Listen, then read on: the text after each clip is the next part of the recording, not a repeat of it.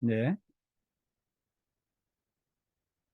이 데살로니가 교회는 좋은 교회였습니다. 한마디로 말하면.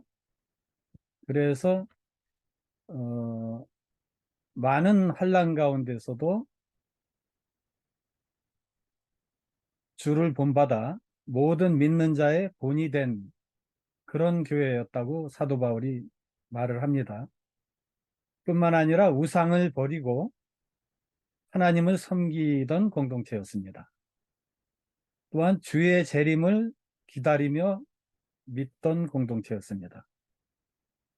그래서 참 사도 바울이 데살로니가 교회를 참 사랑했고 좋게 이야기를 했죠. 그리고 이제 사도 바울 자신은 이 교회에서 어, 자비량 사역을 했습니다. 손수 생계 자신의 생업을 가지고 일을 하면서 무보수로 이 교회에서 일을 했습니다. 그러면은 이 편지를 읽어주라 그랬는데 그 무엇을 읽어주라고 했나 하면은 뭐 많은 내용이 있지만 몇 가지 요약해 보면은 아주 쉬운 내용입니다. 어, 데살로니가전서 4장 6절에 형제를 해하지 말라. 어려운 거 아니죠? 아주 쉬운 내용이죠. 너희 손으로 일하기를 힘쓰라. 서로 위로하라. 또 자지 말고 오직 깨어 정신을 차리라. 그 다음은 아주 유명한 구절이죠. 데살로니가전서 5장 16절 항상 기뻐하라. 쉬지 말고 기도하라.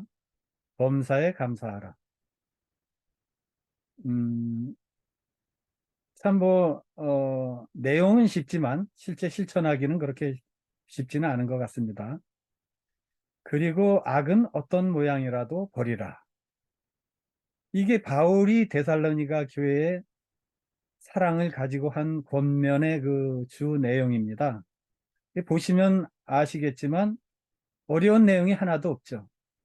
이거를 뭐 추가로 길게 해설할 필요도 없고 이것을 더 설명할 필요가 없을 정도로 아주 명료하고 쉬운 내용입니다. 이 데살로니가 전서는 좀 특징이 있는데요. 어, 많이 알려진 대로 이 데살로니가 전서는 AD 40년경, 주 40년경에 기록된 우리가 가진 신약 성경 중에 가장 먼저 쓰여진 성서로 알려지고 있습니다. 그러니까 우리가 아는 마태, 마가, 누가 이런 복음서보다 훨씬 근 20년 이상 전에 쓰여진 최초의 신약 성경 문서다.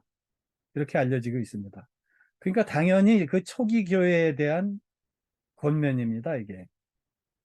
그래서 이 사도 바울의 지금 권면을 아까 보셨으면 알겠지만은 아주 내용이 쉽고 담백하다고 할 수 있습니다. 또 복잡한 교리가 없습니다. 그 안에 무슨 구원론이니 무슨 종말론이니 뭐 이런 복잡한 교리가 없어요. 그래서 실제 우리 성도들의 삶에 필요한 그런 일상의 삶에 관계된 권면을 하고 있습니다. 현대교회가 주일 예배 때마다 자주 하는 주일 성수니 11조니 새벽기도 공예배 직분 조직 절기 행사 이런 얘기들이 일절 없죠. 다시 보시면 아시겠지만은 형제를 해하지 말라. 악은 어떤 모양이라도 버리라. 아주 구체적이고 우리 생활에 관계된 그런 내용을 권면해 주셨습니다. 그래서 결론적으로 제가 말씀드리고 싶은 것은 사도 바울은 이 데살로니가 전서가 5개 챕터로 5개 장으로 된 이 짧은 편지인데요. 그냥 이 편지를 읽어주라 그랬습니다. 왜 읽어주라 그랬냐면 그 당시는 문맹률이 높았고 책이 귀했습니다. 그래서 책이 많지 않으니까 누군가 읽어주는 게 일반적이고 또는 책이 있더라도 못 읽는 사람이 많았어요. 그러니까 글자를 아는 사람이 추정하기는 한 3% 정도 되지 않았을까. 그런 시대였습니다. 그러니까 읽어주라 그랬습니다. 오늘날 같으면 읽어주라고 할 필요도 없죠. 각자 읽으라 그러면 되는 거죠. 그래서 성경은 이걸 가지고 읽고 해설을 한다, 강해를 한다, 이런 것이 사실은 좀 부분적으로 필요한 부분도 있지만은 전체적으로 보면은 성경은 하나님의 편지다.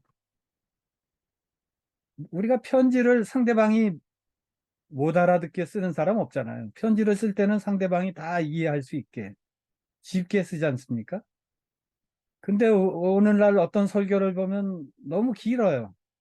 또 긴 거는 좋아요. 그런데 성경 한 구절 읽어놓고 한 시간 내내 그렇게 할 말이 많은지, 또 그것도 부족해서 한 구절씩 한 구절씩 일주일에 한 구절씩 합니다. 그래서 책 한 권 끝내는데 1년도 더 걸려요. 어떤 강해 설교는. 우리가 어떤 사람 친구나 부모님한테 편지 왔으면 오늘 한 구절 읽고 내일 또 한 구절 읽고 또 이번 주 한 구절 읽고 그러지 않잖아요. 한 번에 쭉 읽잖아요. 그 어려운 내용이 뭐가 있습니까, 편지에? 그래서 너무 성경을 영적 해석이다, 무슨 강해 설교다. 저는 그 필요한 경우도 있지만 일반적으로 얘기하면 좀 지나치다. 왜? 성경은 성경 자신이 설명해 주고 있기 때문에 읽기만 하면 되니까, 읽기만 해도 충분히 이해할 수 있으니까, 또 다른 사람이 한 말도 아니고 사도 바울이 읽어주라 그랬지 않습니까? 신약 성경에 가장 많은 분량을 사도 바울이 썼는데 이 편지 읽어주라 그랬습니다. 그래서 오늘날 설교 지상주의는 이거 조심해야 된다. 설교가 좋은 설교는 우리에게 유익하지만 어, 잘못된 설교가 잘못되는 경우가 많이 있지 않습니까? 설교자의 너무 주관적인 판단이 지나치게 들어가고 객관성을 결여하면 그 위험하죠. 그런 설교들이 신도를 맹신화하는 주범이 되고 있는 것이 현실입니다. 그래서 결론은 설교에 너무 의지하지 말고 성경을 직접 읽는 게 좋다. 이건 제 얘기가 아니라 사도 바울이 한 말입니다. 이 편지를 읽어주라. 우리 한국교회 초기에도 번역 성경을 중국에서 들여다가 한국교회에 이렇게 전달한 분들이 있었지 않습니까? 그 보부상들이 주로 많이 했다 그러는데요, 초기에. 그냥 그 편지, 복음서, 쪽복음서 같은 거 누가 설명해 주지도 않았고, 가르쳐 주지도 않았는데, 그거 그냥 혼자 읽다가 사람들이 변화되고, 자생적인 기독교인들이 많이 생겼습니다, 한국교회에서. 처음에 선교사들이 들어와서 깜짝 놀랐다는 거예요. 아니, 한국교회는 누가 전해준 사람도 없는데, 선교사 한 명 들어온 적 없는데, 이미 자기들끼리 모여서 성경 공부를 하고 있더라는 거죠. 그것은 바로 성경의 힘이다. 성경은 성경 자신이 선포하고 선언하고 설명한다. 이것은 물론 또한 개혁자들의 견해와도 일치합니다. 그래서 마지막으로 드리고 싶은 말씀은 마르틴 루터의 말을 인용하고 싶습니다. 성경은 성경이 해석한다. 그러니까 우리가 오히려 구구한 해석을 하고 그것이 오히려 필요 없을 수 있다는 거죠. 물론 저는 특별한 경우는 도와줄 수 있죠. 이해를 못하는 경우 설명을 해줄 수도 있고, 그것은 보조 장치고, 원칙적으로는 글자만 이해할 수 있다면 성경은 성경이 해석한다. 저는 그 생각이 옳다고 생각을 합니다. 경청해 주셔서 고맙습니다. 감사합니다.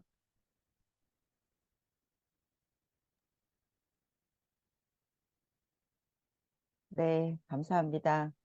잠시 음악을 들으신 후에 토론의 시간을 갖겠습니다.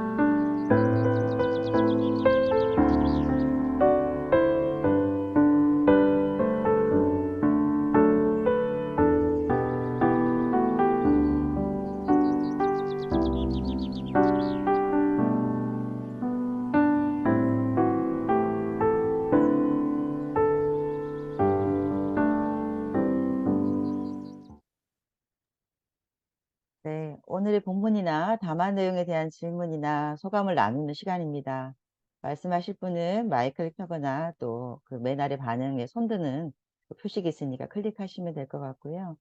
또 다른 분들 얘기 나눌 수 있게 본인의 얘기를 적절하게 잘 조정을 하셨으면 좋겠습니다.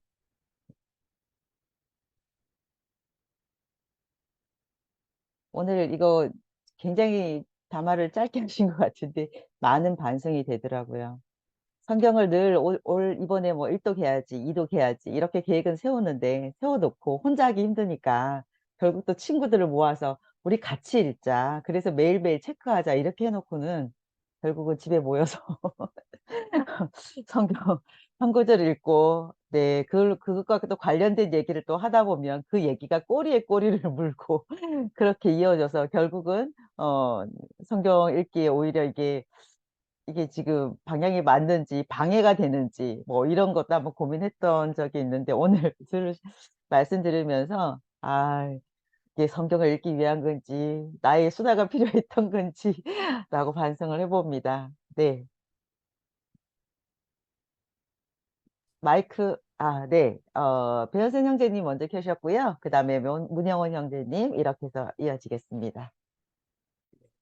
나름 이제 성경을 오랫동안 봤다라고 생각을 해왔는데 이 데살로니가 전서가 제일 먼저 쓰였다는 생각은 전혀 못하고 살았거든요. 보통은 이제 뭐 사복음서가 그래도 어, 직제자라고 할 수 있는 마태나 이런 분들에 의해서 기록된 것이기 때문에 그것이 먼저 쓰이고 나중에 신앙을 배운 바울이 전도하는 과정에서 편지를 썼다라고 주로 생각을 하니까 순서가 사복음서가 먼저라고 생각을 흔히 그냥 이 상식이다라고 생각하고 지냈는데 지금 이제 데살로니가 전서가 제일 먼저 쓰였다. 오히려 사복음서보다 거의 20년 정도나 앞서서 쓰였다라고 하시는 말씀이 좀, 좀 새롭게 좀 들어왔습니다. 그래서 그야말로 교리랄까, 뭐 어떤 신학이랄까, 아니면 그 당시 힐랍 쪽에서 유행하던 철학이나 이런 것들에 오염되지 않은, 그래, 아니면 덜 오염된 그런 복음의 말씀이 거기에 담겨 있다. 그 말씀 상당히 제가 새롭게 다가왔고, 데살로니가 전서를 다시 잘 봐야 되겠다. 이런 생각을 했습니다. 이상입니다. 예. 오늘 항상 신선호 위원장님은 저에게 깨달음을 이렇게 주시는데, 제가 그 아들이 그 교회는 다니는데 자꾸 그 믿음에 벗어나는 것 같아서 한때 아예 같이 나랑 성경을 같이 읽자 해가지고 책상 앞에서 마주보면서 이렇게 한 적이 있는데, 그때 생각이 났습니다. 왜 그러냐면 제가 그 아들한테 일정한 목적을 가지고 그렇게 했기 때문에 아들이 그걸 바로 느낀 것 같아요. 뭐 어려운 질문부터 시작하는데, 왜 하나님이 그 선악과를 왜 만들었냐, 요 질문부터 나오는데, 제가 보기에는 또 이놈이 괘씸하잖아요. 성경 같이 읽고 서로 얘기하자고 그랬는데 꼬투리 잡으려고 또 하네. 저도 느낌을 받으니까. 그러니까 또 화가 조금씩 나기 시작했어요. 그러니까 그게 서로 성경을 읽자 해놓고 이게 얘기가 되겠습니까? 그러니까 이게 성경을 있는 그대로 순수하게 읽고 그 마음이 전달돼야 될 텐데, 자기가 강한 일정한 목적을 가지고 이렇게 대하다 보니까 상대가 그걸 바로 느껴요. 아마 우리나라의 현실적인 교회도 아마 그런 모양이 되지 않을까 이렇게 생각이 돼서 오늘 옛날 생각이 났습니다. 그냥 어제도 저희가 그 처가 식구들이 한 20명 넘게 모여서 같이 이렇게 파티를 했는데, 서로 얘기를 듣다 보면은 옛날에 안 좋은 일들을 막 얘기 때문에 가슴에 못이 박혀 있는 거예요. 근데 지금 그게 이제 지금까지 이제 풀질 못하고 이렇게 살아오면서 이렇게 가시처럼 있는데, 상대의 그렇게 할 만한 뭔가 있었을 것이다. 그 사정이. 이것을 서로 한번 들어보는 자리를 위해서 이런 자리를 한번 자주 가졌으면 좋겠다. 1년에 한두 번이라도. 이런 얘기를 하고 어제 아주 좋게 끝내는데, 사실 있는 그대로 보고 판단하고 서로 대화하고 이런 내용이 있는 게 좋겠습니다. 저희 아둘람도 그런 모임이 되기를 간절히 바랍니다. 오늘 그 밤스프링스에 있는 그 양임 목사 이 친구는 저희 그 대학교에 쭉 같이 활동을 했었고, 학교에서 종교부장 할 때 저는 기도학생 회장하면서 아주 그렇게 그 4년 동안 지내고, 또 군대도 동일하게 같이 갔다 오고, 그래서 훌륭한 친구입니다. 이렇게 오늘 참석해 줘서 고맙습니다. 이상입니다. 저는. 네, 감사합니다. 김경희 신부님. 네, 네, 제가 좀 조금 있으면 또 아들 미사에 참석을 해야 돼가지고 나가야 돼가지고 제가 먼저 얘기하고 아마 또 부르면 가야 되니까 또 어쩌다 집에 와 보니까 또 이런 일이 벌어지네.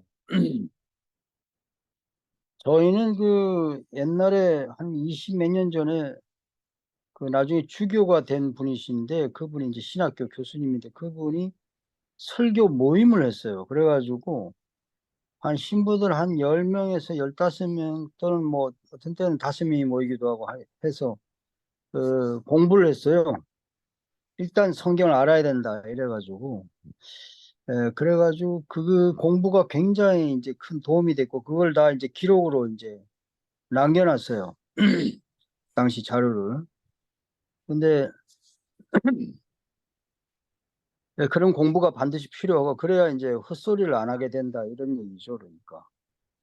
그리고 또 하나는 이제 저희 아내가 좀 장로교 집안에 매일 아침마다 예배 보는 집안이라 저희도 시집 와서도 계속 아침마다 예배를 봤는데 뭐 예배보다 싸움 나고 뭐 물고 뛰쳐나가고 이런 일이 한두 번이 아니죠.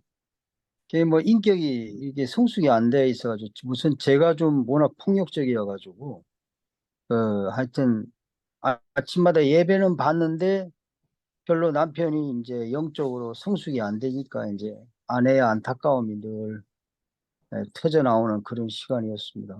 근데 이제 나이가 들어보니까 제가 언제부턴가 느꼈는데 그 친구끼리 하는 얘기라도 야 설교하지 마라 이 얘기는 늘 나오는 얘기예요. 그러니까 교회를 안 다닐 때도 설교하지 말라는 말이 의미하는 게 좀 너나 잘해라 하는 얘기잖아요. 근데 이 제 생각에도 설교가 돼서는 안 되겠다. 고백을 해야겠다. 그래서 사실 저는 뭐 고백을 중심으로 하지 나도 못하는 걸 신자들에게 하라는 말도 그 받아들여지지도 않을 뿐만 아니라 나도 하려고 노력은 하는데 이 정도밖에 못하겠더라. 이 정도 고백만 하고 끝내는 걸로 그냥 원칙으로 삼았습니다. 오늘 말씀도 보니까 너무나 그 정말 삶의 깊이에서 나오는 말씀이고 그래서 아마 그 담화라고 하지 않았겠나. 여기 설교라 말 안 하고. 그래서 아주 오늘 그 담화가 뭔지를 느끼게 해주는 말씀이었습니다. 감사합니다. 네, 감사합니다. 박승배 형제님. 예. 신성랑 회장님 담화 담백하고 짧고 아주 좋았습니다. 김변희 신부님 뭐 고백이라고 그러는데 성경이 고백의 어떤 문구를 써놓은 거라고 또 얘기도 하잖아요. 이게 그 저자들이. 근데 백원생 형제님 말씀처럼 저도 이 그 복음서 신약이 처음에 마태복음부터 시작하는 것으로 시작해서 마지막에 계시록으로 끝나는 그런 파노라마식으로 이렇게 되는 줄 알았었어요. 근데 이제 이 한쪽만 바라보고 이야기를 듣고 말 그대로 설교죠. 설교 교리적인 쪽만 바라보니까 그 범위에서 헤어나지를 못하더라고요. 다른 생각을, 다른 책을 읽지를 못하고 또 다른 주장을 펴지를 못하더라고요. 제가 보니까. 그래서 한 50년 가까이 종교 생활 했는데도 마태복음 제일 먼저 신약의 첫 번째 쓰여졌다라고 이렇게 있었었는데, 역시 그 설교가 문용 형제님 얘기처럼 나를 그렇게 설교자처럼 만들어 버리더라고요. 내가 자식을 훈계할 때도 그 설교자가 하는 대로 어느 때 보니까 똑같은 말을 하고 있어요. 그러니까 이 다른 생각을 해줄 수 있도록 애가 이제 이 성경이나 다른 어떤 학교에서 배우는 이렇게 교리와 반대되는 성경과 반대되는 이야기를 듣고 나서 이야기를 하면 거기에 대해서 이렇게 수긍을 해주고 이런 부분도 있다 이렇게 포용을 해줄 수 있어야 되는데 그게 안 되더라고요. 설교를 듣다 보니까. 그런데 우리가 담화를 듣고 우리가 이렇게 서로 의견을 나누다 보면 여러 사람이 다른 생각을 얘기를 하잖아요. 이게 포용이 되는 것 같아요. 그리고 어떤 한 사람의 어떤 성직자가 교회를 주관하다 보면 그 사람들이 생각과 사상이 나한테 그대로 답습되는데 그러지 않고 이렇게 다각적으로 책이라든지 이런 것들을 보고 생각을 하다 보니까 폭이 넓어지는 것 같았어요. 그래서 설교가 어떤 면에서는 그 사람을 만들 수 있는 그런 거였었고, 또 오늘 마지막으로 담화에서 형제를 해하지 말라 이것을 들었을 때 지금 현재 전쟁 중인 이 생각이 났어요. 어떤 면에서 그분들이 둘 다 어떤 면에서 형제지간인데 구약에 그러잖아요. 형제지간인데 서로 해하고 있는 거 참 이런 것들은 우리가 이 성경을 참 고백적으로 잘 이렇게 우리가 받아들여야 되지 않을까 그런 생각이 됐습니다. 네, 이상입니다. 네, 감사합니다. 김재주 형제님 네, 부탁드립니다. 오늘 신성한 형제 담화 잘 들었습니다. 어, 우리 신형제님은 이 성경이 굉장히 쉬운 모양이에요. 굉장히 부러워요. 저는 그렇게는 못 느껴요. 상당히 어렵다고 저는 생각하거든요. 공부를 하면 할수록 더 어렵게 느껴집니다. 그거는 오늘 데살로니가 전서의 그 말씀과 같이 읽어만 주는 것으로 된다고 그렇게 말씀하셨는데, 읽어주라고 권면했을 하셨으니까 그게 그렇게 말씀하신 그 이유는 아마도 그 성경 말씀을 읽을 때 그때 당시에는 적어도 그 성령께서 강하게 역사하시는 그런 때가 아니었었나. 그래서 거기 기록된 내용들을, 그것이 비록 일반인들에게는 그건 알 수도 없고 그건 너무 어려운 얘기지만 하나님의 자녀들은 그것을 들을 수 있는 귀가 있기 때문에 성령께서 가르쳐 주시면은 그 의미를 알 수 있게 되니까 아마 거기에 의지해서 그런 말씀을 하신 게 아닌가 그렇게 생각합니다. 그리고 두 번째는 그 성경을 성경으로 해석한다. 이것은 전적으로 동감입니다. 근데 성경을 성경으로 해석하는 이것은 그 전후 문장 이것도 중요하지만 그것보다 더 중요한 게 있다고 생각합니다. 왜냐하면 성경이 전체적으로 하나로 연결되어 있는 그런 그 체계로 되어 있지 않거든요. 그렇죠, 그죠? 예. 그렇기 때문에 이것은 실제로는 그것이 하나님의 복음이기 때문에 하나님으로서는 거기에 성경이 그 복음적인 측면에서 하나의 체계로 되어 있는 것은 틀림없다 이런 얘기죠. 그런 체계 속에서 다른 그 얼한 구절을 해석을 할 때, 이해를 할 때 전체적인 연관되어 있는 그 말씀으로 그걸 이해해야 된다. 이런 뜻으로 제가 이해하기 때문에 그것이 그렇게 쉬운 일은 아니다. 결국 전후 관계만 봐서 해결되는 것이 아니고 성경 전체적인 잘 이해를 하려면은 기왕이면은 더 넓게, 더 깊게 이해를 할 때 그 진정한 의미를 알 수 있다. 그렇게 생각합니다. 이상입니다. 감사합니다. 네, 감사합니다. 뉴질랜드 쭉 이어지네요. 우리 이동규 형제님. 네. 예, 오늘 신성남 형제님이 성경이 어렵지 않다.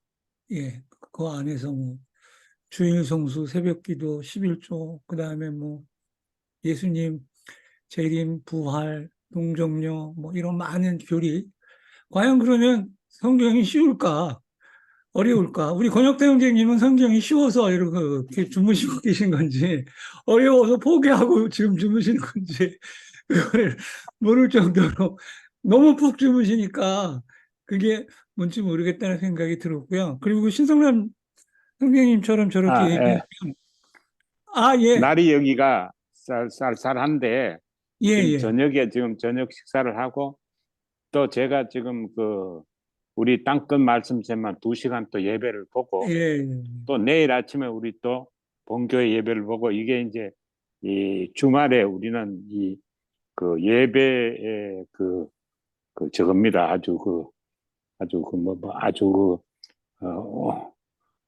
많이 그렇게 하는데 추운 데 있다가 여기 이제 들어와 가지고 있으니까 저는 그래서 여기에 그냥 와서 편안히 쉬면서 예. 또 말씀하는 거 듣고 뭐 이래 부담 없이 그래서 지금 켜놓고 있는데 더운 데 있다가 오니까요 좀 자꾸 졸려요. 예. 저는 우리 권혁태 원장님이 성경을 참 잘 이해하시고 쉽게 잘 하신다는 걸 미리 알기 때문에 아까 그런 말씀을 재밌으려고 한 겁니다. 다른 의도는 없습니다. 예, 그리고, 승관원 원장님이 저렇게 얘기하니까 우리 목회자, 목사님들이나 이런 분들은 참 장사하기 힘드시겠다. 자꾸 그 교회 하시고 그러는 거에 대해서 말씀 중요하고 저도 아는 어느 목사님이 6개월 동안 사도행전 강해를 하시더라고요. 1장부터 계속 하루에 한 절에서 한 5절씩 6개월 동안 너무 힘들었어요. 매번 똑같은 다음 주에 또 뭐 할지 다 아시고 그랬더니 옆에 있는 목사님이 그러시더라고요. 왜 저 목사님 저렇게 얘기하시는지 모르겠다고. 그거 집사님 몰랐냐고. 그렇게 하는 게 제일 쉽다고 설교하기가. 성경 정해놓고 강해로 쭉 가면 설교하시는 분 입장에서는 그게 굉장히 더 쉬운 방법이라고 그런 얘기를 하고. 그 다음에 제가 주보 쓸 때 미국 캘리포니아죠. 로스앤젤레스랑 샌프란시스코 시간을 계속 썼었거든요. 그래서 언젠가 그쪽에서도 오시겠지 했는데 오늘 양인 목사님이 팜스프링에서 오시니 역시 또 기입을 하니 다음 주 주보부터는 새로운 지역을 또 하나 시간을 넣어야 되겠다. 그런 생각을 해봤습니다. 그리고 우리 김경일 신부님 지난번부터 네. 어디서 이렇게 좋은 명언이나 말을 많이 공부하고 다니시는 것 같아요. 오늘도 내가 설교를 하지 말고 고백을 해야 되겠다. 그런 얘기도 너무 좋았고요. 지난주에 얘기하신 얘기, 내가 향기가 나는 형식자가 돼야 되겠다. 사람을 전도를 할 때 나의 향기로 전도를 해야지 그 말로 해서는 안 되겠다. 이런 얘기를 하셨는데 너무 가슴에 와닿는 그런 얘기를 하신 것 같고요. 저도 그렇게 생각합니다. 저는 김재주 형제님 아까 성경 쉽지 않다. 우리 김재주 형제님이 늘 강조하시는 구약과 신약에 짝이 있고 스트럭처가 있고 충분히 이해하는데 저는 성령님이 옛날만 그렇게 있는 게 아니라 지금도 똑같이 계시니까 성령님이 마음을 움직여 주셔서 성경을 우리가 이해하고 느낄 수 있고 할 수 있다고 저는 생각하지 그게 신학대학 다니고 안수를 받은 목사님만 할 수 있다고 저는 생각하지는 않습니다. 개인적으로. 또 그런 부분들이 우리 아둘람 온라인 공동체에 그런 분들이 모여서 같이 이렇게 대화하고 담화하고 그런 부분이 참 좋다. 이렇게 생각합니다. 예, 이사입니다. 네, 감사합니다. 모든 오늘 말씀을 종합해 주신 것 같아서. 네. 네. 또 말씀 나누실 분 계실까요? 네, 우리 김수일 형제님 지금 손가락이 앞으로 마이크 켜시는 거죠? 제가 할게요. 아, 네. 네, 아까부터 켰는데 안 시켜줘가지고. 아, 들려요? 네, 잘 들립니다. 아, 안 들리는 줄 알고. 예. 성경이 쉬운 것 같으면서도 어려운 것 같아요. 저는 잘 이해한다 그러면서 또 어렵다 이런 것들이 계속 반복되었던 것 같고요. 처음에 성경을 읽을 때는 그냥 겉에 대충 줄거리 정도만 이해하니까, 그리고 거기서 나한테 긍정적인 반응을 주는 긍정적인 말을 하는 거, 뭐 힘이 되신 여호와요, 뭐 이런 것들 그런 것들만 하니까 되게 쉬운 것 같고 그랬는데, 갈수록 신약, 특히 바울 서신 같은 것들은 저는 굉장히 어렵게 느껴졌거든요. 그래서 진짜 바울 너무 어렵게 썼다 성경을, 그러면서 끙끙 앓았던 기억이 있어요. 그래서 교회에서 뭐 통독을 몇 번 했다 그러면서 성경을 많이 아는 사람들 보면 너무 이제 부러웠고, 그러면 나도 통독을 뭐 1년에 한 차례 정도는 해보리라 그러고 이제 했었는데, 제 경우에는 통독을 하면서 그냥 줄거리 정도 이해하는 거, 어떤 때는 줄거리도 안 들어와요. 그냥 그 속도 나가는 거, 그 진도 맞추는 거에 급급해가지고 그냥 그런 것도 어떤 때는 안 들어오고, 남는 거는 그냥 줄거리 조금 정도 남는 거, 그리고 나 통독 한번 했어 하는 그 자부심 정도 남는 거더라고요. 그랬고요. 이제 제가 이제 최근에는 이제 혼자서도 성경을 읽으면서 이제 그전보다는 많이 그냥 혼자서도 이해를 할 정도가 좀 됐는데, 이러기까지 굉장히 많은 시간이 저는 걸렸던 것 같아요.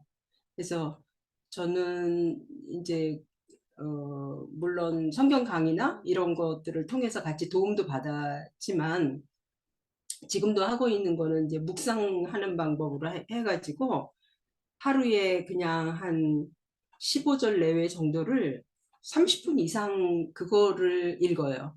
그러니까 그냥 쑥쑥쑥쑥 읽는 게 아니라 이것의 깊은 의미가 뭔지, 그러면서 아주 깊은 의미까지 이렇게 생각하면서 이렇게를 몇 년을 하니까 조금 성경을 이해할 수 있는 것 같아요. 그리고 아까 성경을 읽는다고 했는데, 이렇게 각주 성경 같은 거를 보면서 좀 의미가 안 들어오는 것은 앞뒤 찾아보면은 진짜 성경이 성경을 해석하더라고요.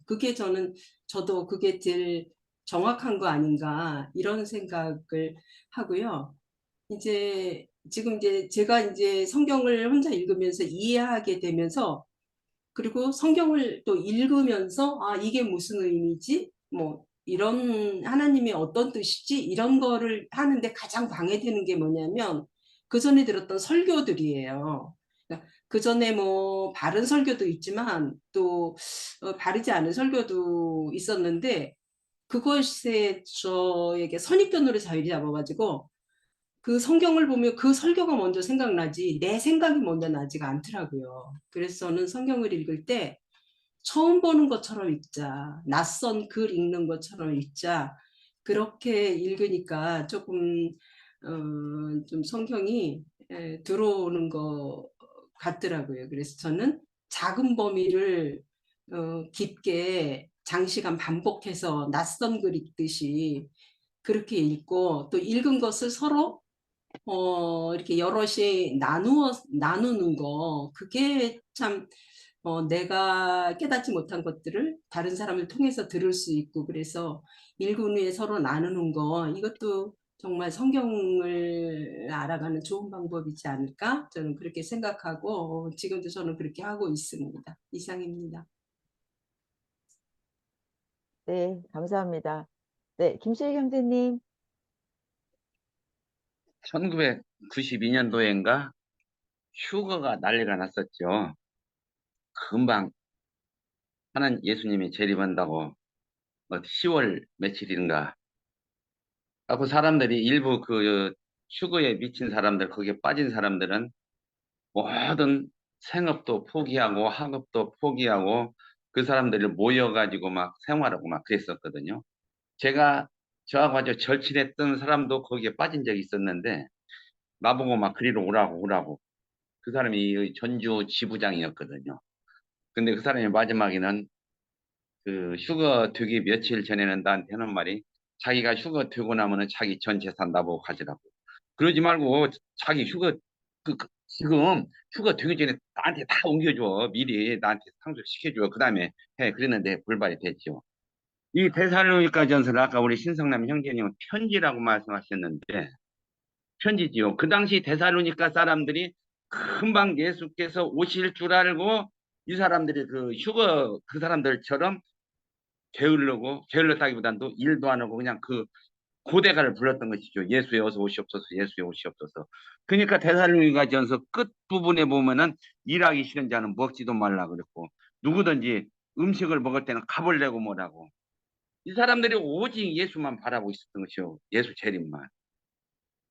그래서 사도 바울이 보기에 얼마나 답답하면 이것은 아니다. 예수가 올 때 올망정이라도 일은 열심히 하자. 우리가 할 일은 하자. 이런 식으로 권면의 편지를 보냈던 것이죠. 그런데 우리가 이 글을 읽을 때 한 구절 한 구절을 가지고 이것은 무슨 뜻이고 저것은 무슨 뜻이고 뭐 미주알 고주알 옛날 얘기 지금 얘기 미래 얘기 하면은 한도 끝도 없는 것이요. 그러니까 한 구절을 가지고 뭐 하루 내내 설교를 할 수 있고 어떤 때는 다음 주까지 이어서 설교를 할 수도 있고 그런 것이죠. 편지라고 한다는 것은 아까 신성남 형제께서 말씀하시죠. 처음부터 끝까지 쫙 읽어봐 가지고 전체적인 맥락을 한번 보는 것이죠. 이게 내가 봤을 때 데살로니가 전서는 휴거 예수의 재림에 푹 빠졌던 사람들 어쩌면 이 당시 사람들도 일도 소홀히 하고 그냥 모여서 그냥 기도만 하고 모여서 그냥 예수 오기만 기다리고 있었지 않았을까. 그러게 그냥 답답한 마음에 이런 식으로 글을 쓰지 않았을까 그렇게 생각합니다. 이상입니다. 네, 감사합니다. 네, 또 말씀 나누실 분 계실까요? 양임 목사님 괜찮으시면 제가 말씀을 좀 청해도 될까요? 예, 제가 2년 전에 은퇴를 했어요. 그래서 나는 은퇴했으니까 목사 아니다라고 생각을 했고, 또 만난 사람마다 나는 이제 목사 아닙니다. 이제 그랬는데 사람들은 그렇게 생각을 안 하더라고요. 계속 목사라고 여기더라고요. 그래서 제가 마음을 바꿨습니다. 그래서 나는 뭐 목사가 아니라 그래도 목사인 모양이다. 그래서 그냥 저를 목사라 불러주면 그냥 부담 없이 듣겠습니다. 오늘 좋은 모임에 제가 참석하게 돼서 정말 좋고요.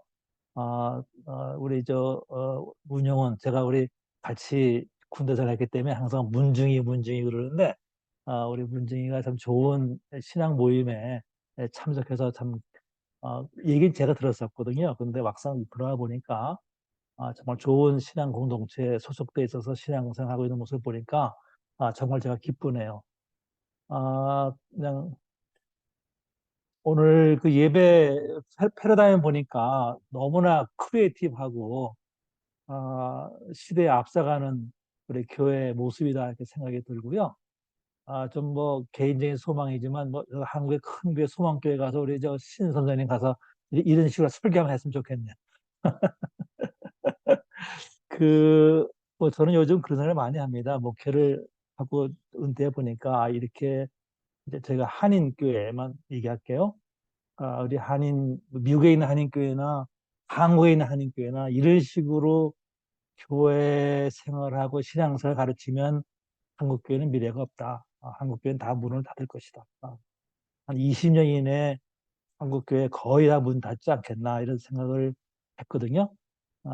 그러면서 그래도 하나님께서는 교회를 통해서 역사하시니까 성경에 있는 대로 구루터기 남겨놓으실 터인데 이런 모임 같은 성격의 교회들을 남겨놓으셔서 이런 교회를 통해서 한국 교회 사역을 이어가게 하시겠다라고 저는 생각을 하고 있습니다. 오늘 담화로 말씀해 주셨는데 요즘은 제가 좀 책을 읽는 게 교회 역사 책을 좀 많이 읽어요. 어떻게 교회가 시작됐는지, 어떻게 그 어려운 시대를 겪었는데 교회가 살아남았는지, 그리고 지난 2000년 동안 어떻게 각 지역에서 교회가 예수 이름으로 모이지만 얼마나 다르게 진짜 신앙생활을 해왔는지 뭐 이런 모습들을 좀 알고 싶어서 교회 역사에 관한 책을 많이 보고 있습니다. 최근에 책을 읽으면서 깨달은 것은 예수님 돌아가시고 나서 그 위에 콘스탄틴, 그래서 교회가 인정받을 때까지 한 300년인데 300년 동안 어떻게 교회가 살아남을 수 있었을까? 요즘 한인교회가 얘기하고 있는 설교 중심의 신앙생활을 했으면 과연 교회는 살아남을 수 있었을까? 저는 아니다. 요즘 한인교회처럼 설교 중심의 신앙생활을 했으면 교회는 살아남지 못했다. 300년 동안 교회가 살아남을 수 있었던 것은 오늘 우리 심사님 말씀하신 대로 그냥 그 말씀대로 살았어요. 그냥 형제 사랑하고 서로 돕고 생활 중심으로 믿음 생활 했으니까 교회가 살아남았지. 요즘처럼 뭐 설교 중심으로 신앙을 했다면 더 이상 교회는 존재하지 못했을 것이라 생각을 하고요. 요즘 뭐 저는 뭐 제일 싫어하는 게 뭐 제자 교육, 뭐 성경 암송대, 성경 필사 제일 싫어합니다. 그거 공부 잘한 사람만 잘하는 거지 공부 못한 사람 못하는 거 아니에요? 무슨 신앙생활이 뭐 꼭 교육받아 제자 교육받아 가지고 원투 쓰리 띄고 성경 띄어야 신앙생활을 잘한다는 건 있을 수가 없잖아요. 그 공부 잘한 사람만 신앙생활 할 수 있지 공부 못한 사람들은 시험도 통과 못하거든요. 이거 잘못된 거죠. 그게 다.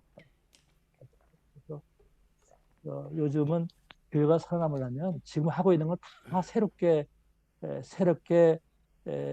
해석하고 디프레임 방법을 바꿔야지. 그렇지 않으면 교회는 문 닫는다. 그렇습니다. 덕분에 오늘 좋은 모임에 참석하게 돼서 제 생각 갖고 있는 모임이 있어서 참 기쁩니다. 감사해요. 네, 감사합니다. 그리고 오신 거에 대해서 환영을 합니다. 네. 고맙습니다. 네, 요즘 이제 아버지 너무 가슴 아픈 아버지 자서전을 쓰고 계시는 우리 최요한 형제님 부탁드릴게요. 예, 그 데살로니가 전후서가 우리 바울 선생이 바울 서신 중에 가장 먼저 쓴 겁니다. 배경을 보면 그래요. 그러니까 누구도 바울을 사도로 칭하지 않았음에도 불구하고 바울은 스스로 내가 사도다. 나는 예수와 함께 살지 않았고 예수와 함께 3년 동안 공생애를 한 직제자와는 달리 예수로부터 직접 계시를 받은 사도다. 이렇게 선포를 하면서 선교 여행을 떠났던 것이고요. 그 중에 가장 먼저 데살로니가 교회에다가 편지를 보냈고 가장 먼저 쓰인 성서가 바로 편지가 데살로니가 전후서입니다. 이 편지를 받은 데살로니가 당시에 교인들은 유대인들로부터 굉장히 많이 핍박을 받았고요. 핍박을 받으면서 신앙을 온전히 보존하면서 몸부림치고 있었을 때 그때 바울 선생이 형제 사랑이라든지 그러니까 네가 바로 나다 라는 차원에서 형제 사랑이라든지 여러 가지 이야기를 하면서 교회의 존속에 대해서 이야기를 했던 것이죠. 바울 선생이 예수가 재림할 것을 굳건하게 믿었는데 바로 재림할 거라고 믿었는데 2000년이 지나도록 재림하지는 않았습니다. 그럼에도 불구하고 바울 서신 데살로니가전서에서 나오는 여기서 의미를 찾는다라고 한다면은 그 신앙을 어떻게 보존할 것인지에 대해서 바울 서신을 통해서 명확하게 보여준 거죠. 이 바울 서신을 통해서 보여준 그 신앙대로 수천 년 동안 지금까지 내려온 겁니다.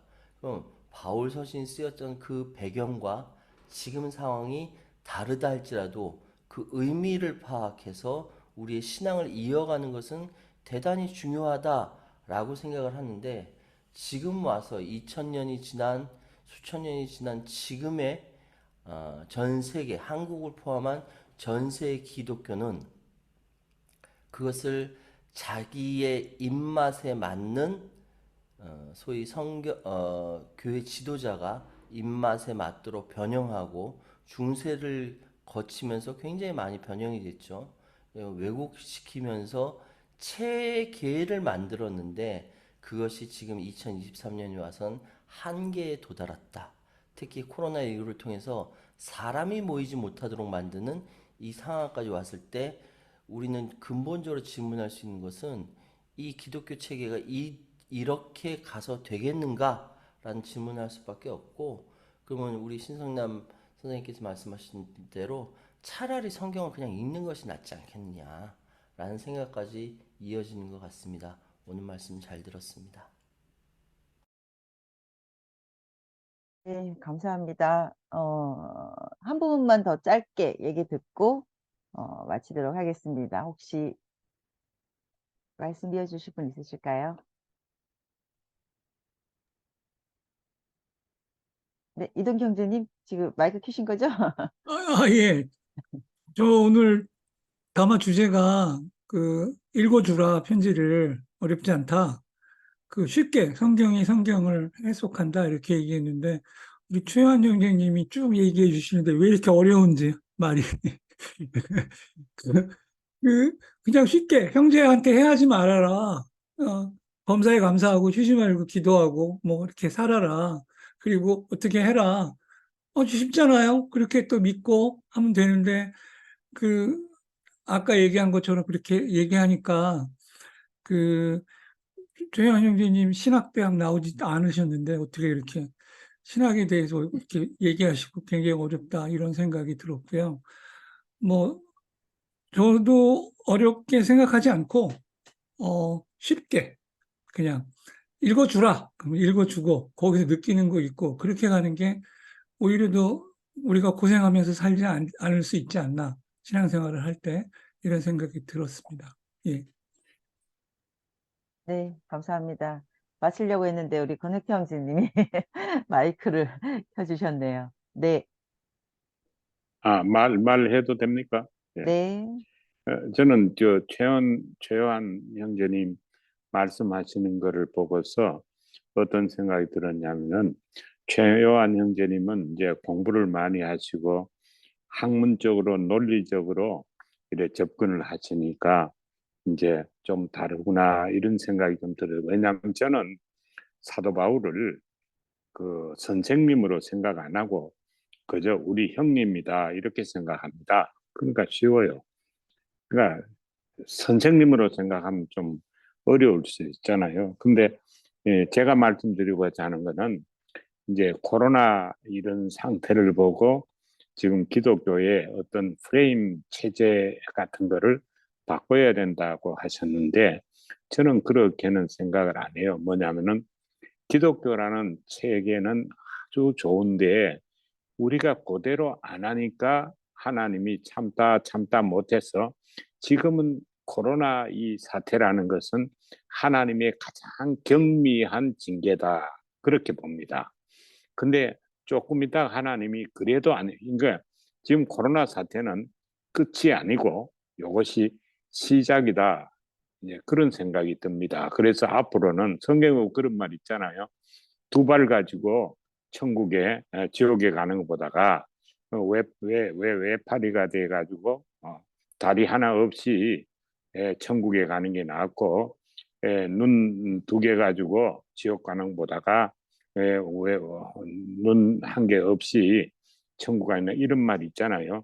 그래서 앞으로 어쩌면은 그 코로나 바이러스가 이제 발전을 해서 하나님이 우리의 눈도 뽑고 저 다리도 잘라버리고 손도 잘라버리고 점점 그런 징계의 시대가 오지 않을까 저는 그렇게 생각하면서 조금 이제 걱정이 조금 이렇게 좀 됩니다. 그러니까 우리가 성한 눈 있을 때 아니면 부유한 재산 있을 때 건강 있을 때 잘해가지고 눈 안 뽑히고 건강 안 버리고 이제 지옥에 안 떨어지는 이런 거로 그 체제를 잘못됐다고 하는 것보다는 정말로 있는 그거에 예수님이 만든 체제 공동체 체제 같으면 이건 제가 보면 충분한 것 같아요.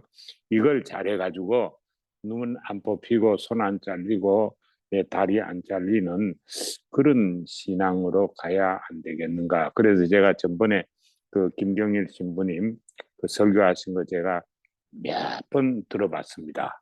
그러니까 우리가 사실은 가난할 때나 병들었을 때나 우리가 환자로 있을 때 정말로 누릴 복을 누리는 거 이런 것도 생각해 볼 필요가 있다. 그래서 가난이 복이라는 그런 의미를 제대로 우리가 실존적으로 우리가 누려야 된다. 뭐 그런 생각이 좀 들어서 이제 지금 말씀을 안 드리려고 그랬는데 지금 말하라 그러니까 그렇게 합니다.